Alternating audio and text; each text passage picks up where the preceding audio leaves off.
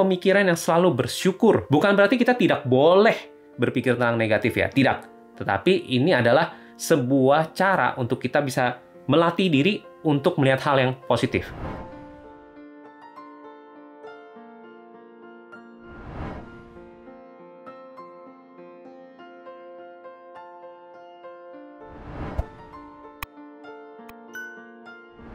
Saya akan berikan 3 tips berdasarkan mind, body, dan soul. Nah, 3 hal ini yang saya juga terapkan, saya juga jalankan, sehingga kita bisa menjadi individu yang lebih baik.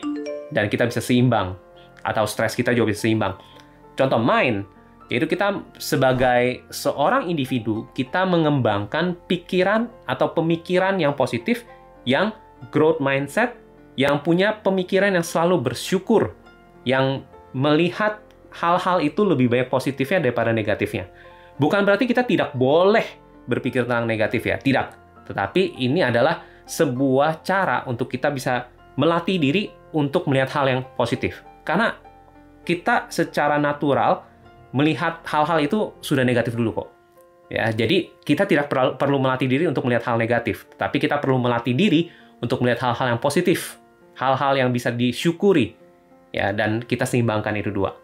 Nah, yang kedua, body. Nah, body itu kita bisa menggunakan diet, atau kita latihan. Kalau tadi misalnya atlet bisa latihan olahraga, pemusik bisa latihan dengan bermain alat musik.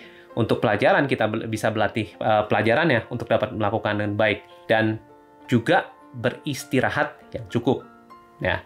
Nah, saya mau juga ceritakan tentang yang diet. Diet yang saya maksudkan itu bukan berarti kita berhenti makan, atau tidak makan, atau mengurangi makan. Bukan. Tetapi bagaimana kita sebagai seorang individu mengenali tubuh kita dan mengetahui misalnya jumlah kalori yang dibutuhkan, jumlah serat yang sudah kita makan, jumlah vitamin-vitamin yang sudah kita makan. Ya. Dan ini penting karena apabila tubuh kita sehat, tubuh kita mempunyai secara biologisnya baik, maka secara manajemen stresnya juga akan lebih baik, lebih mudah, ya.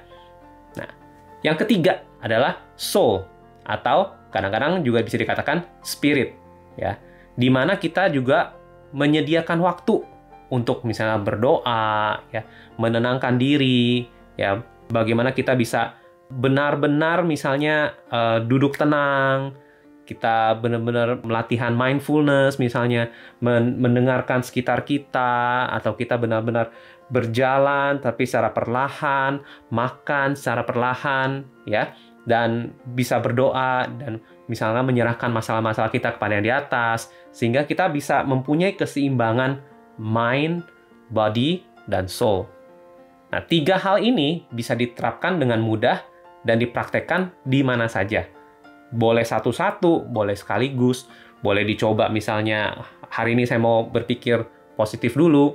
Salah satu latihannya misalnya dengan berlatih bersyukur setiap hari, dengan menulis jurnal bersyukur setiap harinya. Setiap hari kita berjalan pagi, atau setiap hari setelah pulang sekolah atau pulang kerja, kita akan jalan sore misalnya.